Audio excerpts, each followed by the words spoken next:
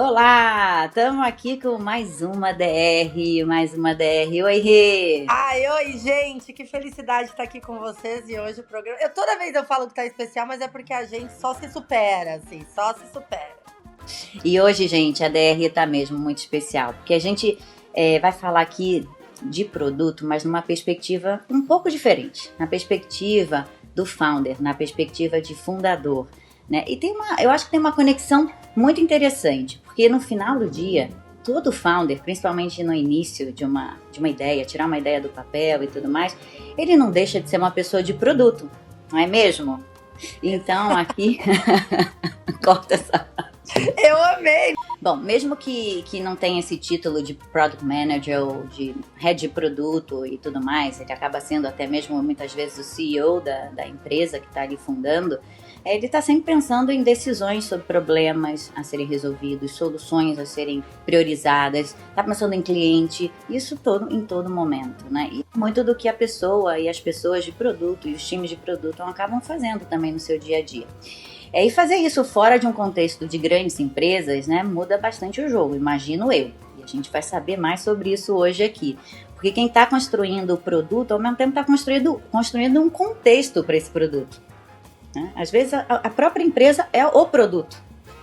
E eu acredito assim, é o cerne da discussão, porque a gente fica repetindo como produteiros que produto é negócio. Quando você é fundador, é o seu negócio, é o seu produto. Então isso traz realmente na origem do que a gente fica falando para os nossos funcionários, na verdade, para os nossos times e enfim, né? E para essa conversa, a gente convidou alguém que já viveu os dois lados, já de grandes instituições e de construir do zero. E não só uma vez, galera. Essa aqui é poderosa, tá? Ingrid Bart aqui. Muito bom ter você no na nossa DR de produto. Bom, primeiro, super obrigada pelo convite. Prazer imenso estar aqui. Sou uma pessoa que gosta, né, de prosear, de falar, de trocar ideia, de TDR, então A gente também aqui, a gente adora tagarelar, me tá? O que a sinto gente que mais gosta é em falar. casa. Bom, sou a Que bom. Ingrid, eu nasci e me criei no mercado financeiro, mas antes de falar um pouco da minha vida profissional, eu gosto sempre de falar sobre um ponto da minha vida pessoal, que é eu sou neurodivergente, e isso explica muita coisa que a gente vai conversar aqui. Eu sou hiperativa, né? TDAH com espectro hiperativo. E quando eu era criança, isso era o meu pior defeito, né? Porque apesar de eu nunca ter repetido de ano, ido mal na escola, eu não conseguia parar quieta. Não conseguia parar o quê? De falar. Eu tô um pouquinho melhor, porque agora eu tô tratada, mas a hiperatividade em meninas faz isso. E aí, isso impactou muito a minha autoestima, porque naquela época a gente nem falava de saúde mental, TDAH, não tinha esse tipo de diagnóstico. E a educação, como a gente conhece, não só aqui no Brasil, mas acho que no mundo de uma maneira geral, ele não, acho que a educação não está preparada para receber, né, as pessoas diferentes e de uma maneira ou de outra, eu acho que tem que se adaptar, mas acolher de alguma forma. E aí eu era a criança problema, porque eu incitava os meus amiguinhos a se mexer, falar, não parar na carteira. E era insuportável para mim ficar lá 8 horas sentada, ouvindo uma pessoa falar um monte de coisa que não fazia sentido. Algumas faziam, algumas eu gostava, mas outras não faziam tanto sentido. E eu confesso que isso me acompanhou bastante tempo. Ainda me acompanha, acho que eu aprendi a lidar melhor, mas ainda me acompanha. Mas em algum momento da minha vida, principalmente depois que eu descobri o diagnóstico, com meus 20 e pouquinhos anos, o meu pior defeito virou meu superpoder, porque eu comecei a canalizar meu excesso de energia para coisas produtivas, para estudar, principalmente, coisas que em tese não tem nenhuma conexão, mas o meu superpoder faz coisas muito diferentes terem alguma conexão. E aí dentro do mercado financeiro, isso foi muito premiado também, porque eu conseguia fazer várias coisas ao mesmo tempo, fazia de maneira rápida, sempre gostei de coisas dinâmicas, de muitos estímulos, então por isso que eu acabei me encontrando no mercado financeiro. Então foi a minha neurodivergência que me direcionou ali para o meu profissional, e eu tenho, assim, muita convicção que Foi a minha neurodivergência que me trouxe para o mundo do empreendedorismo, que é onde eu de fato me encontrei, me sinto feliz, alimentada até espiritualmente, assim. Então, é muito legal falar sobre isso, porque mesmo assim a gente consegue seguir o nosso caminho, ir atrás dos nossos sonhos, descobre os nossos superpoderes. Então, aquela coisa, né? O remédio, o bom remédio é a dosagem, né? Então, A se você não... diferença entre uma coisa ou outra, Exato. né? Eu acho muito legal que tu trouxe, e a gente estava falando um pouco antes, que assim, colocar na perspectiva de superpoder, eu até me arrepiei te ouvindo, assim, porque a grande maioria das pessoas, e eu falei pra você que eu já trabalhei com muitas pessoas que tenham diagnósticos e vem como um problema. E óbvio, é uma condição que você tem que se adequar. Você escuta diferente, você vê diferente, você age diferente. Tem as diferenças no dia a dia. Mas quando enxerga-se isso encaixado num contexto que você é apaixonado e faz diferença, vira a cripto, né? Vira o superpoder. E isso é muito positivo. E eu gosto muito de ter uma representante aí. Eu vou puxar de mulher nessa conversa, trazendo, porque assim, já não é fácil para as mulheres. Mulheres com algum tipo de né, que tem que se adequar a determinada coisa, ou já fica mais difícil ainda. E você é uma prova viva pra gente aqui, inspiracional. Então, agradeço de coração de estar te conhecendo e ter você aqui pra gente falar um pouquinho sobre a sua história. E eu queria começar com uma pergunta que eu acho que vai abrir, eu falei pra Dani, né? Vai abrir pra gente realmente destrinchar e chegar, antes de entrar em produto, como que foi essa mudança? Qual que é a principal, não a principal, mas como foi essa mudança de sair empresa estruturada, todos as paparicações, vai, tem todas as dores de cabeça, claro que sim, mas a gente é muito paparicada no meio executivo, todo mundo aqui, né, passou por meio executivo, é uma delicinha, a parte boa é muito boa, para começar um projeto do zero, empreender do zero e no mercado financeiro, que já tem seus nichos também, já não é o mais amigável, de fora não parece amigável, pelo menos. Boa. Então, assim, só para também contextualizar, eu vim de mercado financeiro tradicional. Então, eu fiquei 14 anos em banco de investimento antes de fazer essa migração para o mundo de fintechs, tecnologia e inovação. Então, eu estava bem mal acostumada, eu diria. E é muito louco. Eu escrevi sobre isso alguns anos atrás, acho que 2019, que é ótimo. Só que depois que você sai, você vê que o quanto você mutilava ali o seu superpoder, as suas multidisciplinariedades, para caber dentro de um lugar que às vezes não é o seu lugar, e você briga muito até você chegar a essa conclusão, assim, porque de fato, 4 anos de Santander, 10 anos de JP Morgan, cartão corporativo, levava ali os nossos clientes aos melhores restaurantes aqui de São Paulo, fazia viagem com os clientes, principalmente para os Estados Unidos e tal. Era um sobrenome muito forte, né? Então, eu fiquei ruminando essa transição antes de fato sair em 2016, durante pelo menos um ano. E o que me motivou, assim, profundamente a sair foi um MBA que eu fiz quando eu estava no JP, que foi o JP que bancou, que foi quando eu tive acesso ao que estava acontecendo no mundo. Se eles soubessem, hein? Teriam tomado uma decisão Teriam diferente. feito a faculdade interna, sabe? Da In JP company. Morgan. Mas quem ia me imaginar? Não é um caminho muito óbvio, né? Você sair de um JP Morgan para ir tipo, para um lugar que não tem nome nenhum. Olha, eu acho que não.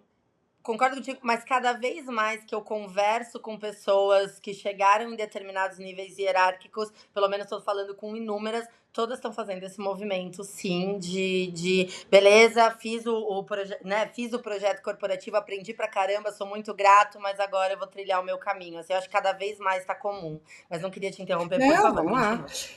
Não, eu entendo. Mas não era nada que você tinha de forma consciente, né? Pelo que entendi, foi estar nesse MBA que te abriu essa Exato. possibilidade. Foi porque eu tive matéria, né, no MBA de empreendedorismo, inovação, startups. Eu tive que fazer um projeto de startup, que hoje eu sei que é uma fintech, mas na época eu não sabia. E esse projeto ganhou como melhor ideia inovadora de toda a FEA. No Fórum de Empreendedorismo de toda a FEA. Ganhei em primeiro lugar, assim, foi o máximo.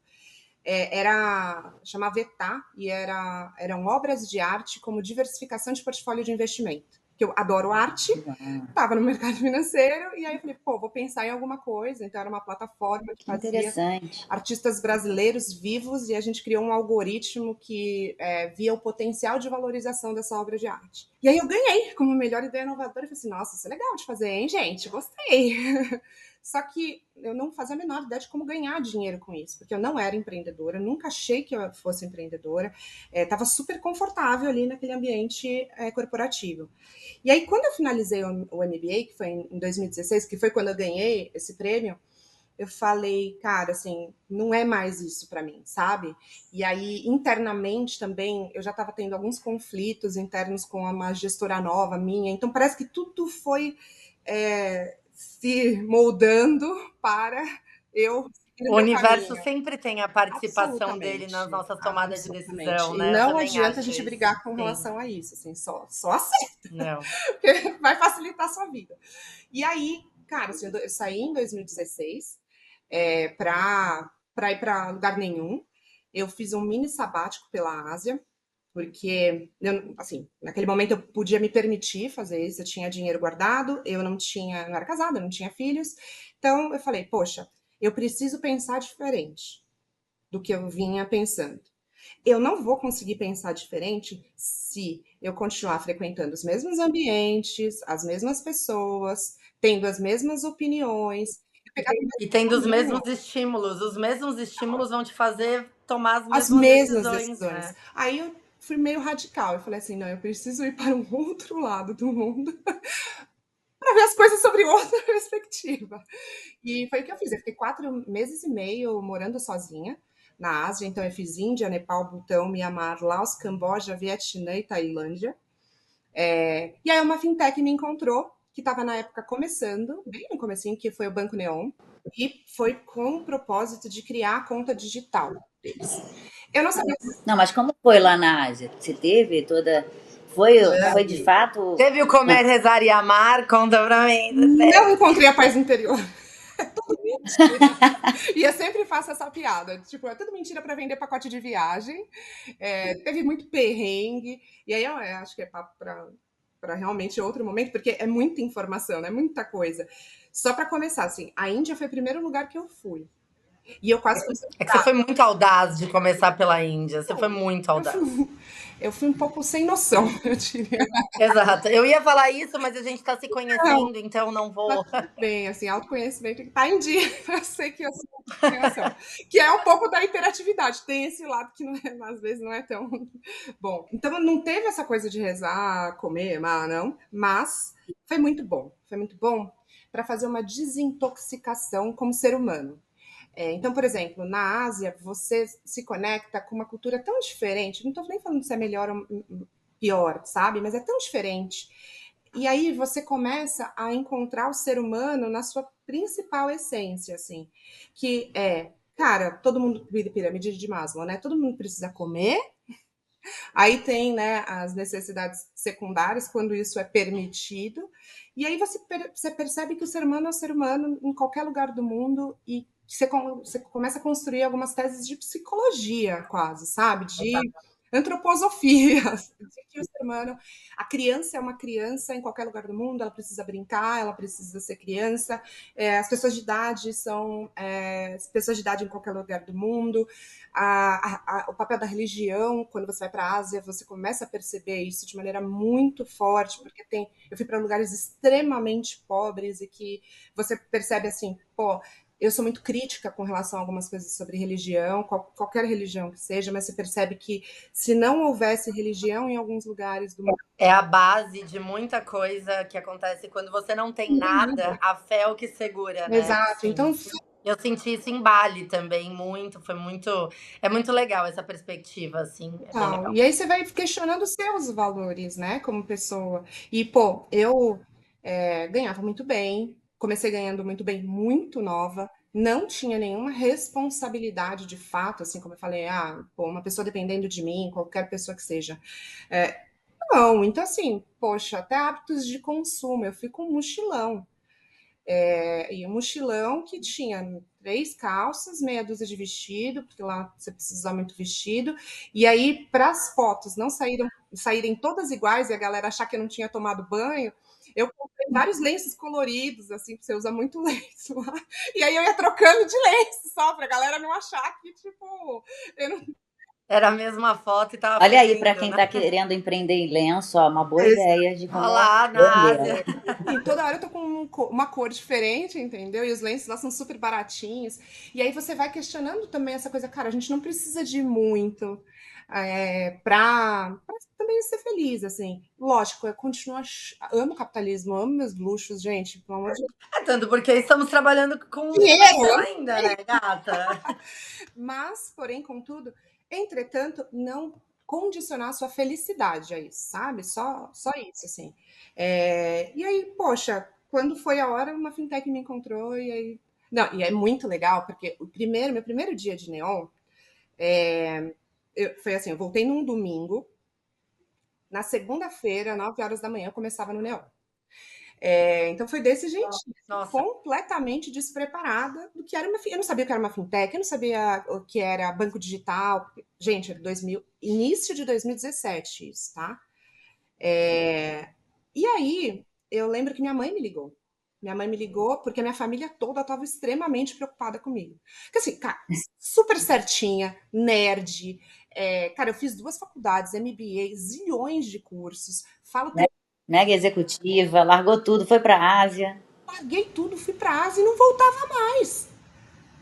E eu lembro, tipo, da minha tia ligando, falando assim, Ingrid, você precisa procurar um emprego. Eu acho que até a Astrid deve ter ido te buscar no aeroporto quando você voltou com a sua família. Eu super preocupada, minha mãe surtando loucamente, assim. E aí, eu lembro que ela me ligou bem cedinho, no meu primeiro dia de Neon, ela falou, Ingrid, você voltou, nem avisa, né? Pô, tá tudo bem. Aí eu falei, mãe, tá tudo bem, eu queria fazer uma surpresa pra ela, né? Que já aqui eu tava lá trabalhando, tinha voltado a trabalhar. Eu fiquei super feliz. Eu falei, não, mãe, fica tranquila, voltei, ó, tô trabalhando num lugar novo, com um projeto super legal. Aí ela, mas aonde? Me conta, tá? Eu falei assim, então, é um banco digital. Se eu não sabia o que era um banco digital, vocês podem imaginar. imagina a sua mãe. Naquela época, Psicóloga. né, gente? Golpe! É Aí golpe! ela ficou em silêncio, assim, aí ela, banco digital, como é que é o nome disso, Ingrid? Aí eu falei, Banco Neon, mãe, é um banco novo, tá, não sei o que, digital, tem uma pegada diferente, tá, uma fintech. Aí ela começou, fintech, Ingrid? O que você está fazendo da sua vida profissional? Era pior que você estivesse acampando no Camboja. É Absolutamente. melhor que Ela estivesse, começou a exato. chorar no telefone, Oh, meu Deus. desesperada, falando: Você sai de um JP Morgan, o maior banco de investimento do mundo, para ir para onde? Para uma fintech, sei lá que raio é isso? Aí ela parou uma hora, assim, ficou em silêncio, e eu, calma, mãe. Eu não estava esperando aquela reação. E aí tem uma conclusão muito importante quando quem faz essa transição, que eu já vou falar, mas ela parou assim no telefone, né? Virou para mim e falou: Ingrid, você tá usando droga? What? Cara, pergunta típica de mãe quando os filhos surtam, né? E eu, assim, morrendo de medo também. Não é verdade? Não sabendo o que realmente eu estava fazendo da minha vida, porque tudo aquilo ali era uma peste. Tendo que acalmar a minha mãe. Dessa vez você tá usando drogas. Então tá bom. Preocupada se eu estava usando droga, entendeu? Muito A bom. conclusão que eu chego, assim, é que quando você vai fazer essas transições de vida, de carreira, de casamento, de perspectiva, muitas vezes você não vai conseguir apoio dos lugares mais óbvios, assim, de quem de fato conseguiria te apoiar. Porque, sob a perspectiva dessa pessoa, o que você está fazendo é usando É uma droga, loucura. literalmente usando droga, assim. Então, respondendo lá a sua pergunta no iniciozinho, não é trivial, não é fácil fazer uma transição dessa. Eu fui me jogar no completo desconhecido. Não tive apoio das pessoas que eu achei que iam me apoiar, porque a perspectiva delas é completamente diferente. Mas a matriz, né, que você faz de análise da sua vida me permitia fazer aquilo naquele momento. E se não desse certo, do chão eu não passava. Então, Eu acho que calcular os riscos. Acho que essa pergunta eu gosto de fazer ela para minha vida. Se der errado, o que é o dar errado?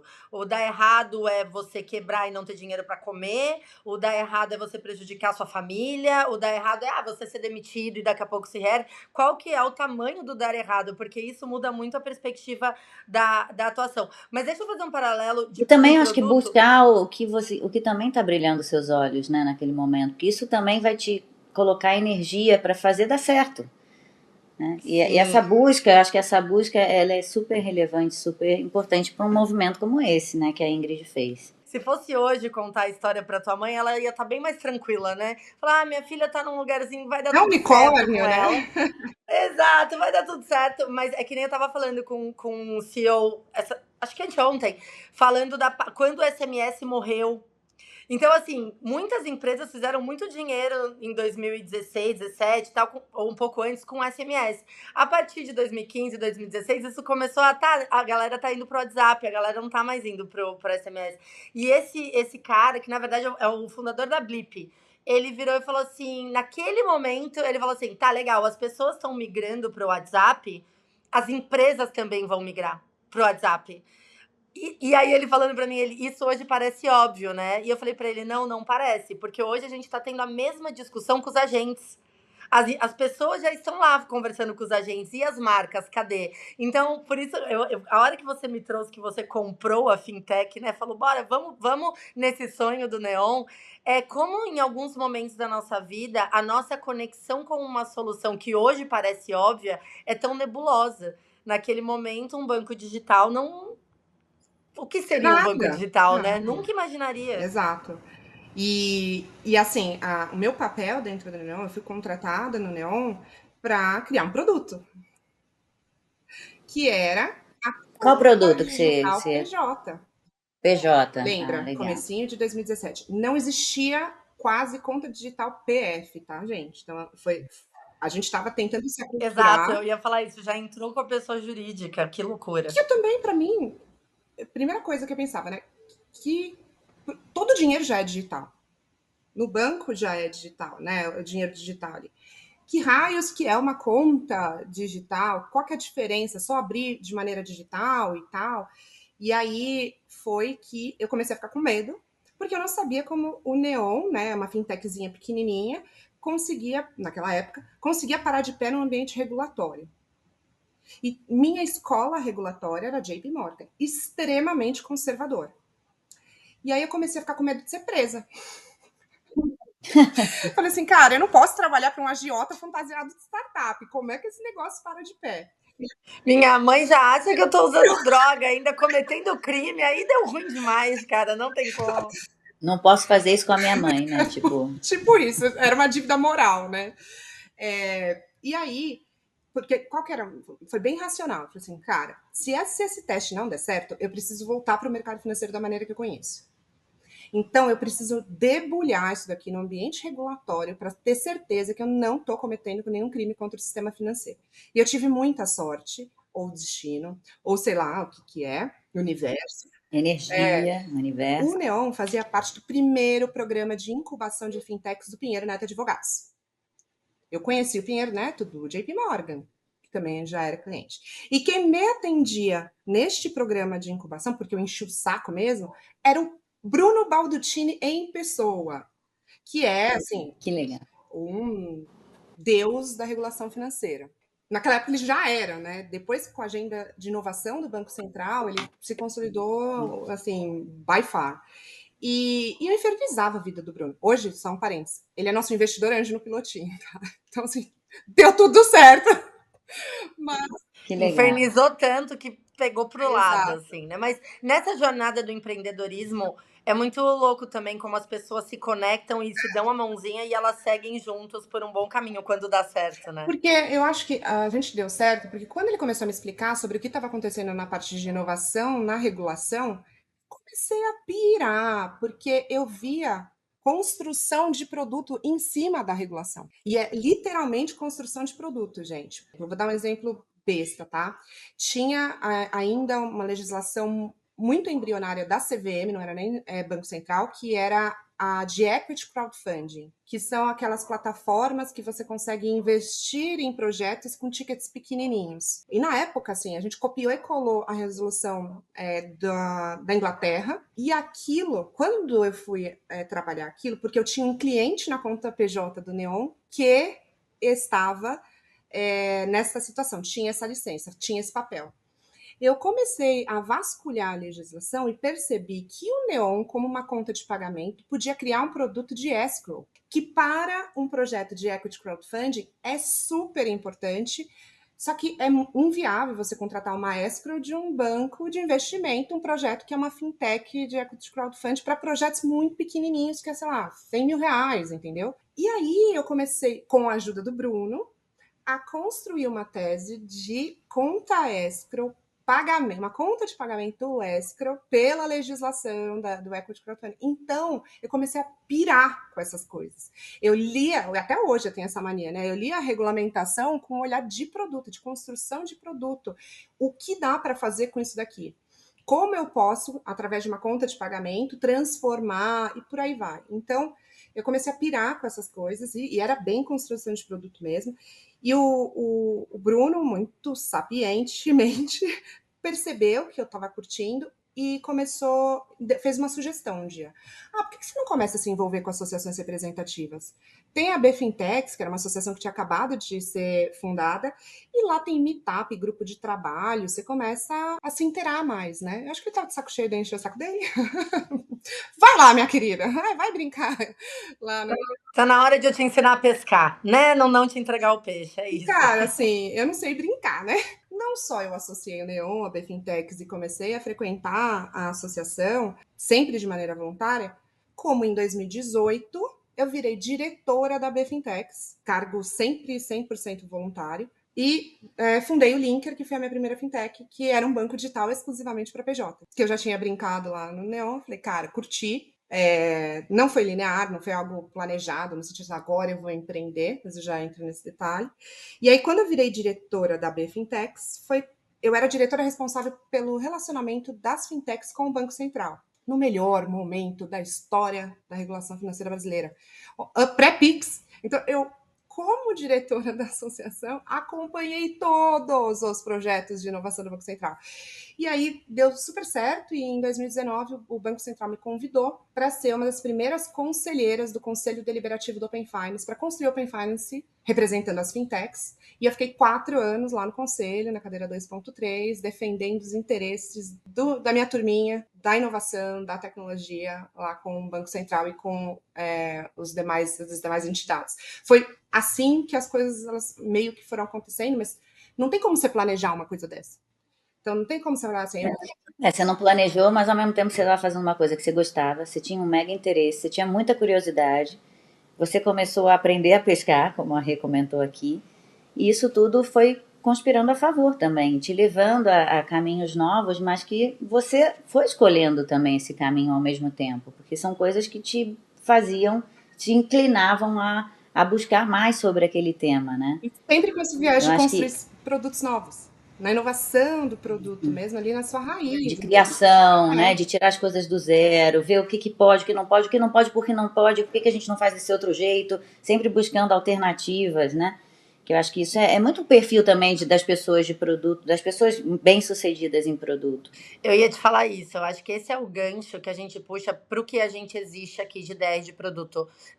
Mas esse para mim é central. Tudo que a gente está falando aqui é produto fora slide bonito, frameworks e tudo mais. É você entender problema, você se interessar pra caramba, você ir falar com pessoas que entendem, dar a mãozinha pro amiguinho que sabe mais que você, se envolver em grupos, ouvir o seu cliente, defender uma causa. Eu acho que tudo que tu tá trazendo, Ingrid, fora ser o contexto da sua vida, é produto sem todo o mimimi do produto. É você construir produto. Então, por isso também que você tá aqui para falar pra gente, porque a construção de produto, ela vai além da reunião da daily, da reto, que hoje a gente fica, às vezes, no dia a dia de alguns times, muito focadinho, e a construção de produto é a construção de uma empresa, né? Quando a gente fala, o produtor é o CEO da organização, isso virou piegas já, mas Tanto porque o CEO é o produteiro também, então as coisas se confundem bastante, né? Total. E quando você pensa em startup, fintech, tudo começa com um produto. Um pro- Nem bem feito. Nem bem Como que feito. é? Conta aí pra gente. Como é que foi essa construção da Linker, desde o zero, desde a ideia, do problema, de chegar no solution fit, de chegar no market fit, de buscar investidores, assim, como é que é essa jornada? Que não é linear, mas conta um pouco, qual o momento que você sentiu, pô, agora a gente encontrou um caminho, pô, a gente teve que pivotar essa outra coisa. Eu tenho uma mega curiosidade de saber, assim, o por trás das cenas, sabe? Quando eu comecei o Linker, assim, foi em 2018. Essa cultura de empreendedorismo agora tá muito fã, né? Mas não, eu acho que não é, e antes era pior, assim, né? Nunca foi algo que eu pensava em ser, tá? E aí, o que que acontece? Como eu falei, eu construí a conta digital PJ do Neon e lá eu validei o problema. Por quê? Né, eu vivia numa bolha chamada JP Morgan, que era o maior banco de investimento do mundo, que é, né, no caso, e que atendia clientes que eram disputados pelo mercado financeiro inteiro, muito bem servidos, por aí vai. Quando eu fui para varejo, eu vi a vida como ela é. Eu descobri que existiam pessoas desbancarizadas, gente. E eu tenho até vergonha de falar isso, porque, cara, como economista, engenheira, mas nunca trabalhei com isso, né? Mas como economista, principalmente, que é uma ciência social, eu comecei a ver que ter acesso a bons produtos financeiros não é luxo, era um direito essencial garantido pela Constituição Bancária e que isso é dignidade para as pessoas. Meu, dá para a gente ficar horas aqui falando sobre a questão da violência doméstica por falta de independência financeira. Aquilo, tipo, foi no meu âmago, assim, sabe? Falei, cara, o que a gente está fazendo resolve um problema tão essencial, que passa por tantas camadas da sociedade, e eu, como economista, comecei a querer resolver aquele problema. Cara, você trazendo esse negócio de bancarização, é tão doido no nosso país, né? Eu lembro quando eu tava na Uber, quando veio o pagamento em dinheiro na Uber. Então, aceitava-se só cartão de crédito. A Uber, dentro do Brasil, que é um dos maiores países, não sei como é hoje, mas maiores países da Uber na época, dava um teto de crescimento porque não tinha galera com cartão. E cartão de débito não era aceito na Uber, né? Era só crédito. E aí o brasileiro não é um povo bancarizado. Quando veio, não existia Pix também, quando veio o dinheiro, o pagamento em dinheiro, e aí também não vou me prolongar, mas olha que doido, aumentou 80% do faturamento. Tipo, no primeiro ano no Brasil, e aumentou consideravelmente a segurança, corta para Pix, agora resolveu, mas o quanto a gente fica na bolha. Total. E as empresas americanas chegam, elas não conseguem. Imagina, se pra gente já não dá, imagina uma empresa americana olhar dessa maneira pro produto no Brasil, né? E assim, eu fiquei impactada, completamente impactada. Eu lembro que tinha uma startup que era cliente do Neon, porque os primeiros clientes foram as startups, por fit cultural, obviamente, que era um Uber para mulheres ali, né? Não existe mais, mas tipo, na época estava no começo, não sei o quê. E que eles queriam fechar uma parceria para que o Neon abrisse uma conta PF para todas as motoristas. Por quê? Eles tinham dificuldade de pagar as motoristas, pagar o trabalho delas. Porque ou não tinha conta, e aí o banco não aceitava, isso é proibido pela Constituição Bancária, porque ter uma conta é um direito essencial. Ou elas tinham a conta do marido, aí depositavam na conta do marido, o marido bebia tudo que ela recebia no bar. Aí, cara, ou era na conta do filho, só que o filho morava 3 horas numa cidade, não sei o quê, então ela ficava um tempão sem conseguir receber o dinheiro do trabalho dela porque ela não via o filho e era sacado esse dinheiro. Muitas mulheres com aquela conta caixa, que é aquela conta que nenhum aplicativo, não sei como tá hoje, aceitava na época, então elas não tinham crédito, Sim. né? Elas tinham uma conta tipo Não, poupança, e assim. tinha gente que nem tinha a conta para receber o negócio. E aí, E tem um ponto aqui que você está trazendo, que da sua indignação, assim, e eu vivi muito isso desde, né, na indústria financeira, Fininvest, varejo, empresa de consumo e tudo mais, e mais recentemente com as consultoras, milhares, milhões de consultoras da Natura, que a gente vê essa realidade, né, nua e crua. Mas o que você está trazendo aqui, quando você falou, o primeiro ponto foi que eu validei o problema do cliente, né, que foi o que no início dessa sua jornada empreendedora na Linker e tudo mais. Mas junto com validação de problema do cliente, tem um ponto que você não falou, mas que para mim ficou bem claro, que é ter um propósito seu Absolutamente, também, que absolutamente. move isso, né? Então, assim, é algo que, assim, o cliente tem um problema e somou ao propósito que eu vejo que a gente deveria mover, Mas não né? era Dentro da claro, jornada. entende? Porque, tipo, eu não sabia que aquele Sim, problema sim. existia. Então eu fui descobrir o meu propósito quando eu descobri o problema. Construindo Olha que o interessante. produto. Então, a jornada, como eu falei, né? Ela não é linear. Porque, tipo, o sentido dessa descoberta foi diferente. Porque muitas vezes a gente fala que a gente tem que ter o propósito para depois você encontrar de fato o problema, para depois você descobrir o produto. Na verdade, para mim foi o contrário. Eu fui construir produto para descobrir o problema e descobrir o meu propósito. Isso virou minha bandeira de vida, inclusive dentro do Open Finance, depois que eu entrei lá. E aí, só um último exemplo assim que eu descobri quando caiu a ficha de que aquilo era o meu propósito de vida. Um dia, estou eu trabalhando, eu recebo uma ligação de um empreendedor, de um microempreendedor, chorando, desesperado, porque ele estava prestando serviço para uma empresa que se recusava a acreditar a conta pessoal dele, por questões de compliance, e ele, como o CNPJ dele tinha menos de 6 meses, nenhum banco abria conta para ele, e ele falou, alguém me passou seu contato, porque a gente não fazia marketing, tinha um MVP, alguém me passou seu contato, chorando, gente, chorando. Alguém me passou seu contato, eu tô desesperado. Eu só preciso de uma conta para receber os valores que eu já trabalhei. Não consigo abrir em nenhum banco. Eu tenho um filho pequeno, que não sei o quê. Isso está impactando a minha vida de alimentar os meus filhos e eu tô trabalhando. Aquilo me quebrou de um jeito assim que eu falei, cara, virou bandeira. Aí virou bandeira, né? De tipo boa bancarização, blá blá blá blá. E aí, quando eu comecei a empreender no Linker, foi assim: eu já tinha saído do Neon para ir pra trabalhar num outro cliente do Neon, que era a Foxbit, de cripto. Eu era diretora de blockchain, fui representar o Brasil na ONU, uma fenda temporal na minha vida ali, que eu amei e continuo amando, mas tipo, você tem que escolher suas batalhas. E aí, eu já estava na Foxbit, um concorrente da Foxbit, que eu tinha conhecido porque era cliente do Neon. Tinha um amigo que estava voltando, trabalhava no Itaú, lá nos Estados Unidos, estava voltando aqui para o Brasil, brasileiro. E aí esse amigo, né, pegou e falou assim, que na verdade é o CEO do mercado Bitcoin, o Reinaldo.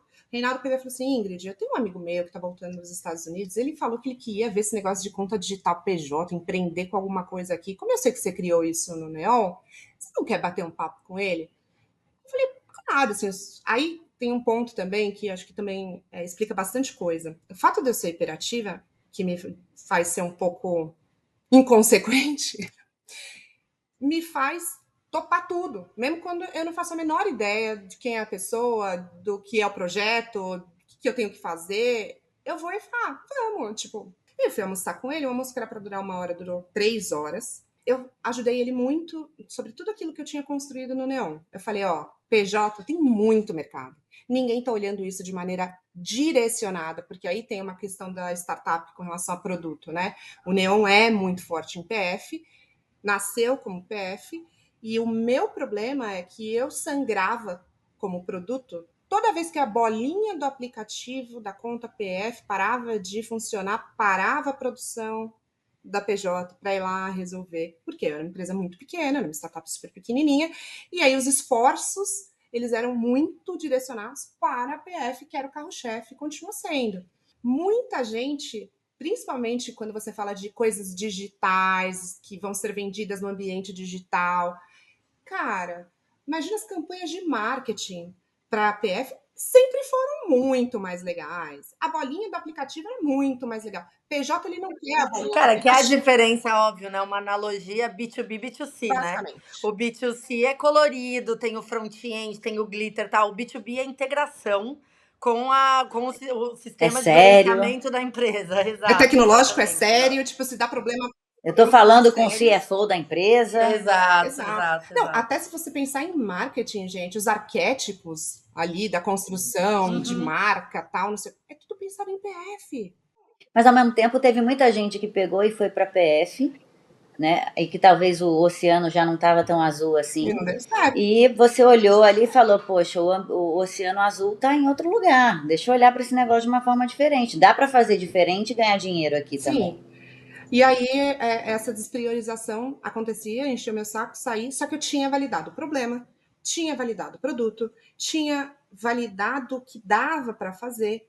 E aí, quando eu fui almoçar com o Davi, que depois virou meu sócio, eu despejei esse caminhão de oportunidade na cabeça dele e falei: vai lá, meu querido, vai empreender, vai dar certo, vai dar Vem super. aqui Aí ele comigo, falou: vem que Não, a você vem piscina tá comigo. quentinha, meu Cara, amor, eu vem que tá lembro da quentinha. cara dele saindo do almoço. Sabe quando a pessoa sai até meio impactada, assim, tipo, meio desconcertada? Eu acho que ele não esperava que eu fosse incentivá-lo nesse sentido, e sim desincentivá-lo. E aí, pô, a gente continua amigo. Eu mandei um monte de contato para ele, de tudo quanto era fornecedor, de gente que estava fazendo isso, olhando isso, estudos que eu tinha sobre esse mercado. E aí, a gente continuou trocando ideia. Quando foi, acho que uns 2, 3 meses depois desse almoço, em setembro de 2018, ele me chamou para um café e aí ele pegou e falou: pô, obrigada, fiz minha lição de casa, falei com todo mundo que você mandou, estudei, vou fazer, vamos. Aí eu, hiperativa, inconsequente, Vamos! deve ser legal esse negócio de empreender. Ah, é ótimo. Nossa, vem que a piscina tá Então, foi quentinha. assim que aconteceu, criando produto, É. ajudando outra pessoa a criar produto, que me convidou para criar produto juntinho com ele. E foi assim que nasceu o Link. E como foi assim, durante ainda na jornada, né? Você já tinha validado o problema, mas você ainda não tinha uma solução, talvez, uma solução. E aí como foi criar essa solução do zero? Como foi o processo de construção desse produto até você entender, puxa, a gente tem o market fit, faz sentido escalar? Como é que foi a busca Pessoas por vão pagar por isso, bora poxa, fazer. nesse momento faz sentido buscar investidor? Que momento faz sentido buscar investidor nesse processo do empreender, né? Em cima de um produto, de um problema. Particularmente, eu divido o empreender em algumas etapas, que é o 0 para o 1, que é a parte que eu mais me amarro, confesso, que é você não tem absolutamente nada, e aí você vai para ter alguma coisa. E esse alguma coisa pode ser um monte de coisa, não necessariamente só produto. Time, CNPJ, estratégia, Marca, marca, site.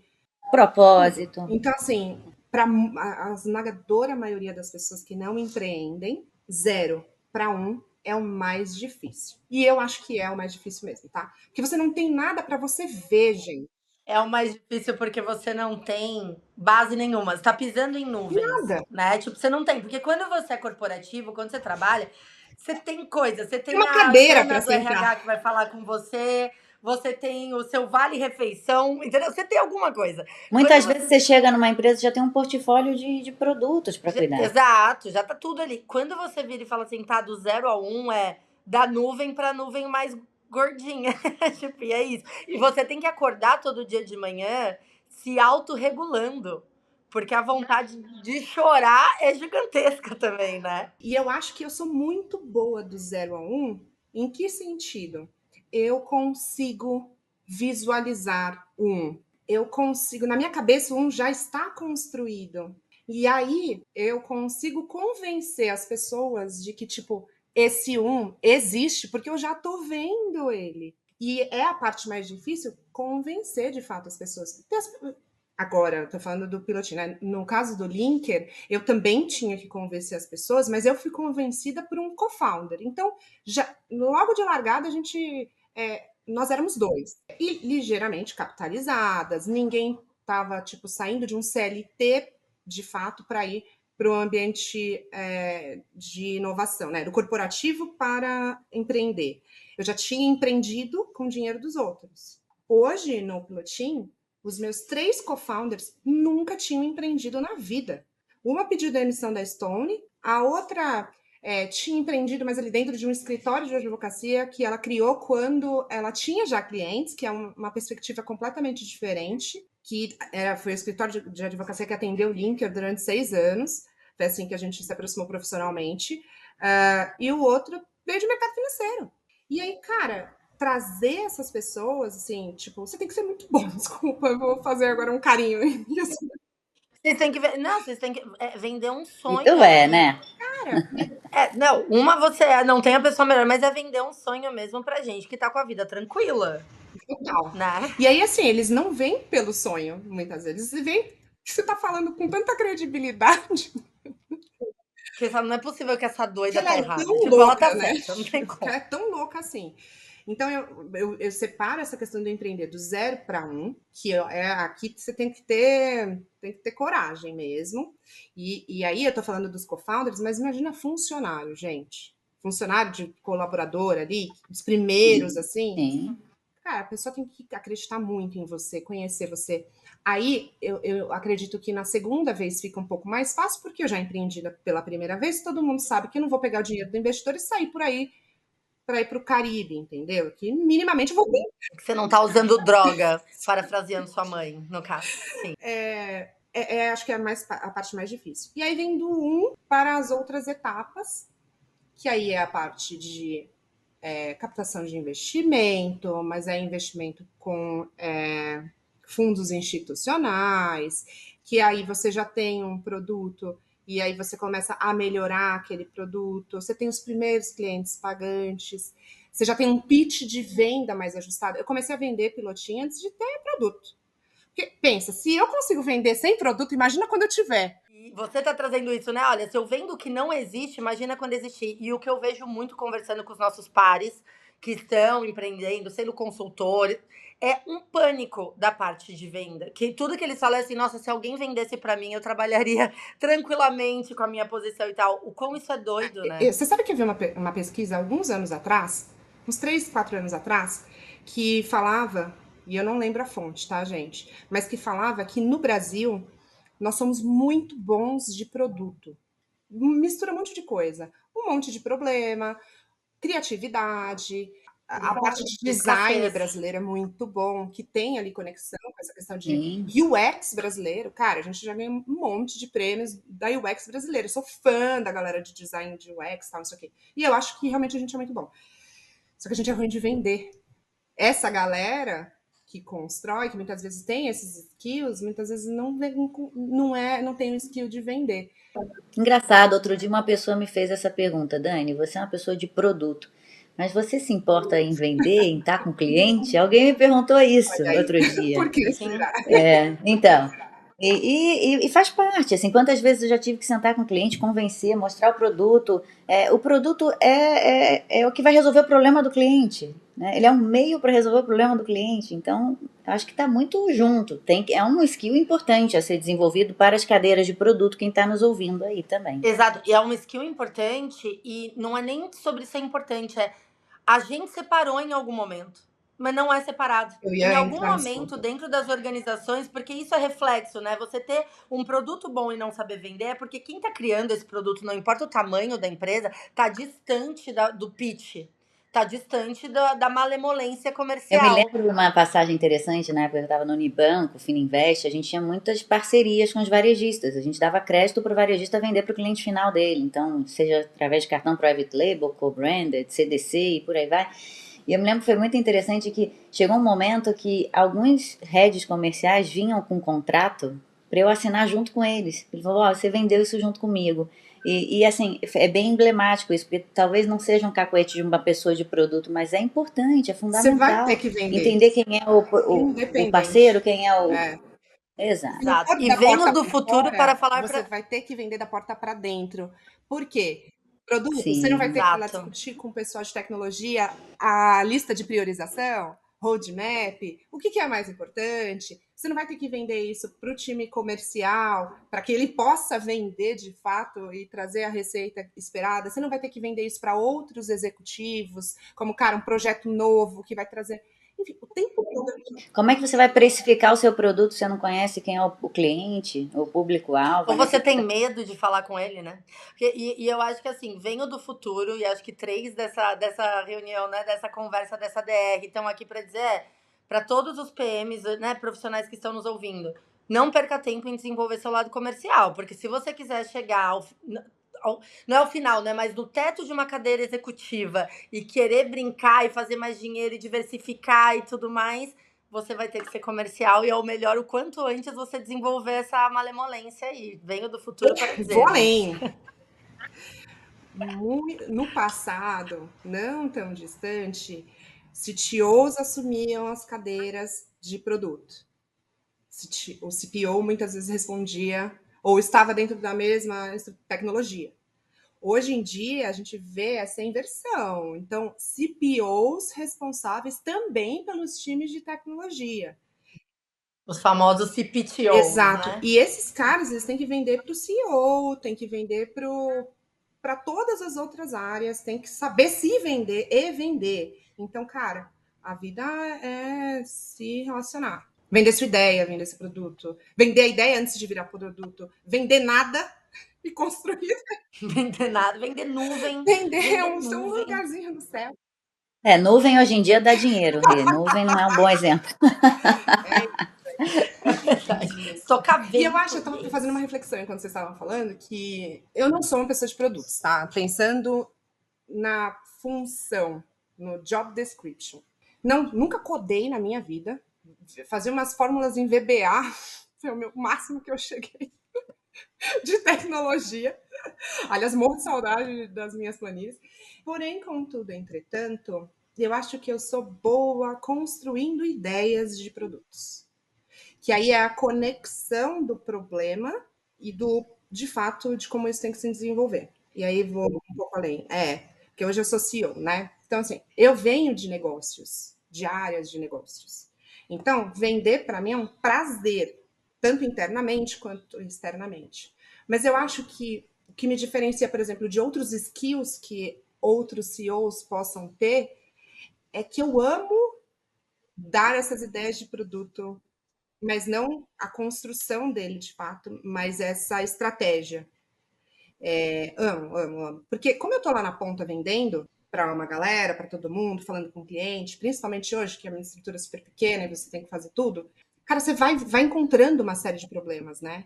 E isso faz você ter várias sinapses cerebrais que conectam problema, no nosso caso, no Pilotim, regulação, a gente tendo umas discussões regulatórias pesadíssimas agora, recentemente, começou alguns dias atrás, e a parte de desenvolvimento. Cara, isso me dá um prazer quase sexual fazer essa triangulação, sabe? Mas esse é o território de produto mesmo, sabe, Ingrid? Quando Exato. você fala assim, conectar o problema com a solução, trazer essa estratégia e deixar o time pensar no como junto, né? Uma gestão mais participativa, pelo que parece e tal. Nessa construção é onde a inovação acontece. E muitas vezes a gente fica pensando, pô, inovar é uma sala secreta, tá todo mundo ali pensando de forma mirabolante. Não, é ver problema real e trazer soluções que sejam soluções muito inteligentes, muito perspicaz, assim, sabe? E eu acho que esse é o grande diferencial do profissional, também do profissional de produto, não só de uma CEO aqui, de uma fintech da Pilotim. E tem as brigas também, né? Tem que falar das brigas também, né? Chega lá, se eu pagar pra galera de produtos, né? Não, eu já tenho um monte de coisa. Eu ia puxar isso. Na hora, eu vou ser Ah, bem honesta contigo do fundo do meu coração. A hora que você falou assim, nossa, é que eu sou uma CEO diferente que gosta disso, na minha cabeça é gata. Não é tanto, não. E tem muitos CEOs que adoram produto, afinal, é a ideia deles, que estão lá falando com o cliente, com o investidor, com não sei o quê, e chega pra gente em produto e blá, blá, blá, blá, blá. E a gente já tem um roadmap pra cumprir, né? Tem o que fazer com Oh, essa discussão, né? Eu achei exatamente. ótimo que você O que puxou fazer isso. quando você é uma e com uma empresa desse escassez tamanho, né? ali, Aí vem as tretas. detalhe, né? A gente, né, que vem de empresas maiores e tal, quantas vezes a gente fala, pô, tô sem recurso para fazer, a escassez e tal. Imagina numa fintech, num estágio inicial, a escassez ainda é muito Muito. maior de recurso. Aí as tretas são Então as maiores escolhas também. têm que ser feitas. Exatamente. E a CEO aí tá aceitando o trade-off das coisas? Como que tá Depende. sendo isso com o seu time, senhora? É. O que eles param para fazer o que vocês estão Meu pedindo? amor. Não, são as tretas que assim, não tem fim, né? Então assim, você vai escolhendo suas batalhas, tem algumas que você vai priorizando e tal. Por exemplo, o meu maior argumento, e que normalmente funciona bem, é o cliente quer. Aí, ó. Sabe o que, que eu costumo chamar isso numa DR super respeitosa? O dono da bola, né, gata? O dono da bola é o cliente, é o fundador, é o investidor. A gente vai até ali, depois quem é a bola e desce pro play, a decisão é de vocês mesmos, não É tem o o que fazer, cliente. entendeu? Aí eu pego e falo, cara, o cliente quer. É a O cliente realidade, quer. gente. Se a gente não fizer, É a gente vai isso. perder o cliente. Logo, a prioridade é imediata. Então, é assim que a gente define as coisas.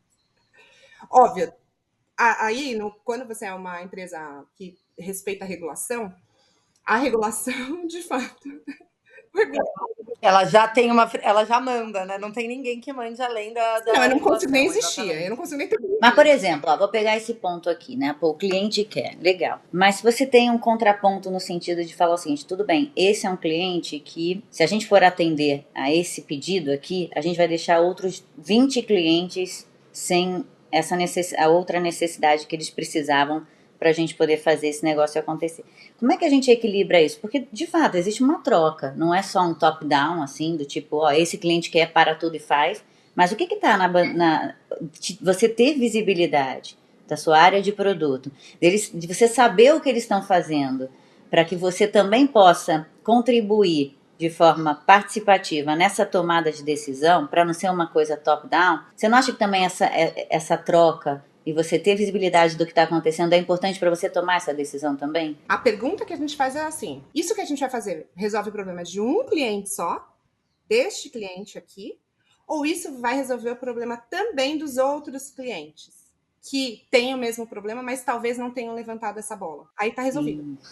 Porque eu não sou uma plataforma que vou fazer, vou personalizar a minha solução e vou criar um monte de soluções personalizadas para um monte de clientes. Gente, uma mulher dessa, CEO, fundadora de fintech e tal, ela é inteligente para saber o que ela tem que colocar o dinheiro dela. Assim, então ter boas pessoas de produto também para contra-argumentar e trazer para ela tomar uma melhor decisão é papel também de produto. Sim. Quem está sentado ali com um produto dentro da empresa para poder trocar, né? Para que não seja uma discussão, uma DR aqui só top-down. Mas aceitemos que o top-down vai ver. Eu acho também, assim, em algumas situações é isso. E vão ter horas que não tem contra-argumentação, Normalizemos, tudo porque bem. eu acho que nas cadeiras mais júniores, assim, isso é muito. Ai, nossa. Gente, quem tá pondo dinheiro na brincadeira é a Ingrid. E ela tá falando com o cliente, ela sabe, então o top-down vai ver. Mas eu concordo em gênero, número e grau com a Dani. Ter bons profissionais de produto, sejam eles 10 ou sejam eles 1, acompanhando o empreendedor ou acompanhando um board, um CEO, é trazer elementos para uma tomada de decisão melhor. Mas que produto, a liderança de produto faz toda a diferença, gente. Se Total. não for fazer isso, vai para Não casa. tá fazendo nada, né? Exato. Só top-down, não existia DR. A DR Exato. existe. A DR é justamente para isso. Exato. É por isso que estamos aqui. Olha só, já temos uma pessoa de marketing também para nossa DR de produto. Já? Olha isso. Incrível ela, maravilhosa. Gente, é mil assim, em um, né? Mil em uma. Infelizmente, a gente está chegando aqui na reta final. Assim, a gente poderia ficar aqui horas e horas e horas com a Ingrid maravilhosa. Rê, faz aí sua última pergunta para a Ingrid para a gente fechar aqui com chave de ouro. Para fechar, a gente não falou tanto de IA, ela sempre é protagonista aqui, então não poderíamos deixar de perguntar. E Ingrid, você empreendeu antes da IA, as suas primeiras ideias lá na Ásia, né? Não tinha essa conversa sobre AI generativa. Hoje, a Ingrid de agora, olhando para a Ingrid do passado, o que mudou dentro desse empreendedorismo, a IA como ferramenta de ajuda ou não nesse teu cenário? Sim, super ajuda. É o que eu faço, né, basicamente, hoje. Eu trabalho com AI do início ao fim, porque são dados de Open Finance, eu crio indicadores em cima disso, por aí vai. Então, meu core é AI. Só que, eu vou ser um pouco polêmica, tá? Eu não costumo endeusar tecnologias, porque para mim, tecnologia é ferramenta. Concordo plenamente, né? Também. Não dá para colocar o coraçãozinho na tela? É meio, não é fim.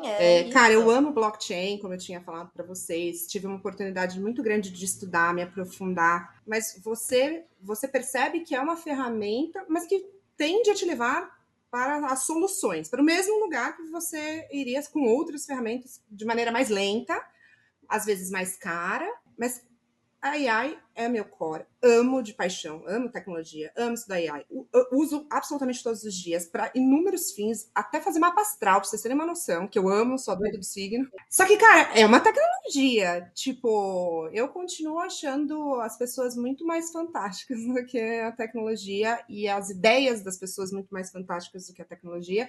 E que é mais importante a pessoa que está dirigindo a tecnologia do que a tecnologia em si. Porque pensa só, se a ferramenta tá tão boa, em tese, todo mundo ia chegar no mesmo lugar. E não chega. Por quê? Porque é a pessoa que vai dar esse direcionamento. Porque as ideias são diferentes.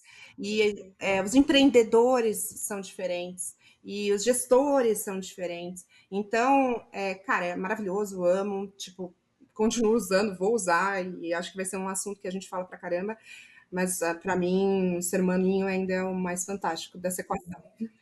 Ô Ingrid, já sei que já teve a última pergunta, mas só curiosidade que eu não sei se já te perguntaram isso. Por que o nome Para Pilotinho? transformar as pessoas e empresas em pilotas da vida financeira dela.